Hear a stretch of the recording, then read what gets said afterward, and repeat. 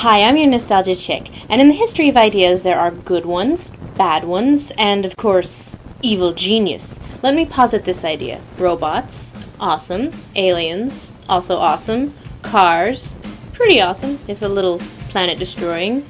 Put the three together and what do you get? Hell yeah! Transformers! And who do we have to thank for that? No, I'm actually not kidding. In the 70s, it was illegal to make a cartoon based off a line of toys, which was effectively a half-hour commercial that would be far more effective than any 30-second ad. Look, characters with which to identify. Yish. But originally we have Japan to thank for this one, and really, was there ever a more brilliant idea in the long, sad history of shit marketed to kids? Robots that turn into cars? Or semis? Or F-15s? Or microscopes?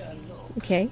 But in the grand scheme of things that people have come up with to sell children, or man-children, this has got to be one of the most brilliant, if not...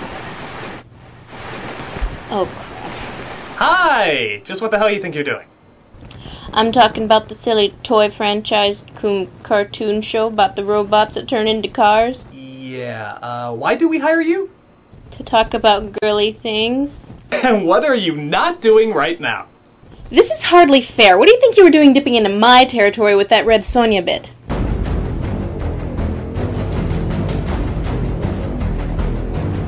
Alright, you cut this nonsense and get back to reviewing My Little Pony this instant! Let me just see if I can... Hey, I'm not done yet. Hey! Okay. Anyway, Transformers. It started with a Japanese toy franchise that quickly got snatched up by Hasbro. But since the designs had already been made up, Hasbro basically gave a justification to the toys and gave them characters and backstories, followed by a cartoon that went with it. So why would alien robots turn into cars? Really, in the grand scheme of the cartoon, it doesn't make a whole lot of sense since they're marketed as robots in disguise. But they're never really in disguise. They just run around a lot in the open like, God damn, it's good to be a robot car. Now, to play devil's advocate, at least in the 2007 movie, they actually address the whole disguise issue. And there they actually use it, so it kind of makes sense. More. A little. So here's how we explain this away. The Transformers transform on their home planet because, I don't know, it's convenient? Well, we all lived in peace for a while until one day when Megatron, who's an evil motherfucker because he has a silly helmet, decided to talk his compadres into also being evil, and lo, war was raged with the Decepticons on the bad side and the Autobots on the good side.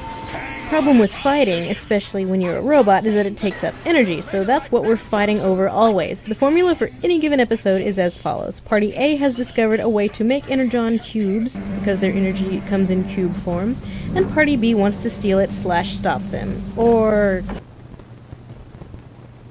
That's pretty much it. And what a marketable cast of characters we have, each with distinct personalities that are totally individualized and distinguishable. Sorta. Well, some of them are. Take the Dinobots, who are distinguishable in that they are abject retards. Brains? Grimlock know how to bash brains! Yeah, there are Dinobots, because somebody figured that dinosaur robot sounded like a good idea. Only with the girly show where you had names like Sweet Stuff, Lickety Split, and Baby Heartthrob, not making that up, you've got Thundercracker and Jetfire, and everyone's favorite ambiguously sexed whiner, Starscream. There's Bumblebee, because bumblebees apparently have horns. And guys like Wheeljack, whose name, I guess, makes more sense than Bumblebee. Maybe it's code for those club things that you see in cars. I don't know. There's also Jazz, who some might describe as... blacker than the inside of a drive shaft! Though that's just how he describes the backside of Cybertron. Hey guys, that's Snow Fair! But nothing comes close to the epicness of name that is our two respective leaders of each clan. Optimus Prime and Megatron. Two names that are so damn silly you almost feel kind of badass when you say them. Optimus Prime! Megatron. Optimus Prime! Megatron! And maybe you think that the robot names are pretty silly, but they were pretty merciless to the human characters as well. The main guy is Spike, and there's also his crippled buddy, Chip. No one's ever really disabled as long as he has courage! Not to forget Spike's dad, Sparkplug. I'm going to assume that's not his given name. Yeah, my name's Steve, but my friends call me Sparkplug. But with such a successful franchise, of course they made a movie. But the sheer wonder of that masterpiece has been already touched upon on this site, and... oh, here we go. Aha! Honey... I've already reviewed the Transformers movie! No, not that Boom Fiesta, the slightly lesser known Boom Fiesta that came out in around 1986. well, also dibs! I didn't see any claims with it on the schedule, Nell. If you'll excuse me a minute. This is my territory, and by God, Anyway, that movie. But this movie had a purpose. A nefarious purpose. And what was that? Get rid of the old line of toys to introduce a new one. Also not kidding. Even further than the normal money making. That was pretty much the entire purpose of that thing. And by God, if they didn't go about it in the most traumatizing way possible. The movie starts on random robot planet where the species that I must assume are not Transformers are walking around chillin' when all of a sudden a great mechanoid cosmic anus voiced by Orson Welles floats in from the cosmos and proceeds to devour the goddamn place. And yes, this was the last thing that Orson Welles did before he died. And he does this in a way that is rather intense and unpleasant.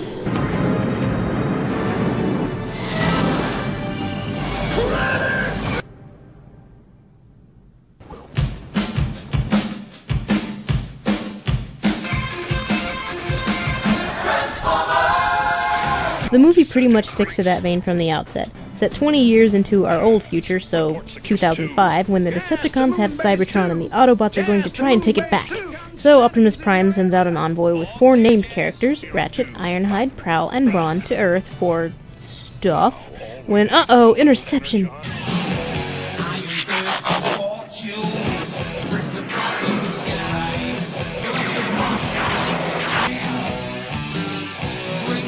This was almost too easy. I'll say. Next thing we know, cut to giant alien robot fishing, and some of those aforementioned new characters. And good lord, the music. The music.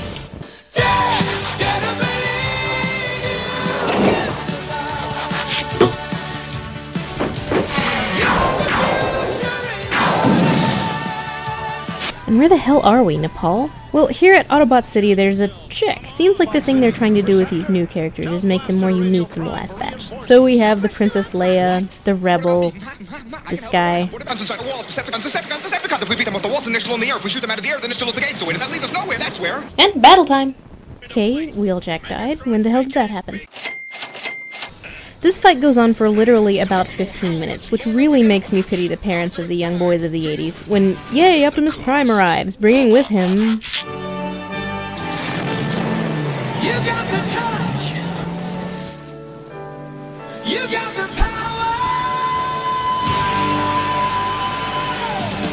I don't think I have enough irony in me. Well, an eternity later, Optimus and Megatron are mortally wounded and need to be carted out. Okay, that's just cute. But then the infamous portion of the movie where Optimus Prime dies, which, okay, fine, they fucked him up good. At least it's not a group of people standing around him by a hospital bed, or... oh, okay. I fear the wounds are fatal. What?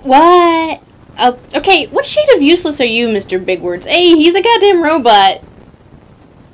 He's a goddamn robot! Well, he passes on to that great Toys R Us in the sky, taking his color saturation with him, and passes his leadership matrix off to Ultra Magnus. As for the Decepticons, they fare a bit worse, since Astro Train tells them to lighten the load, and, well, they do. Including Megatron? Well, only in technicality, in that he gets a new body/personality, and now you have to go buy his new toy. But oh, if Orson Welles doesn't catch those dead and dying Decepticons and changes them into whole new characters. The anus of metal and flame tells him that he wants the Matrix destroyed, so Megatron is now Galvatron and voiced by Leonard Nimoy. Meanwhile, well, this. My fellow Decepticons! Cape and crown, why not? Megatron? Is that you?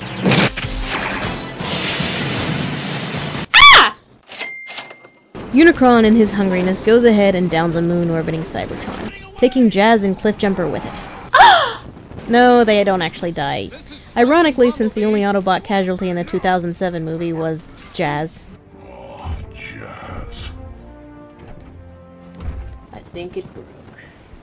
Anyway. After some travel and another fight scene, Hot Rod Cup, yeah, his name is Cup, with a K, land in some sort of robotic ocean. I think the lesson we're meant to take is that all alien planets are robotic in nature. Even the sea beasts.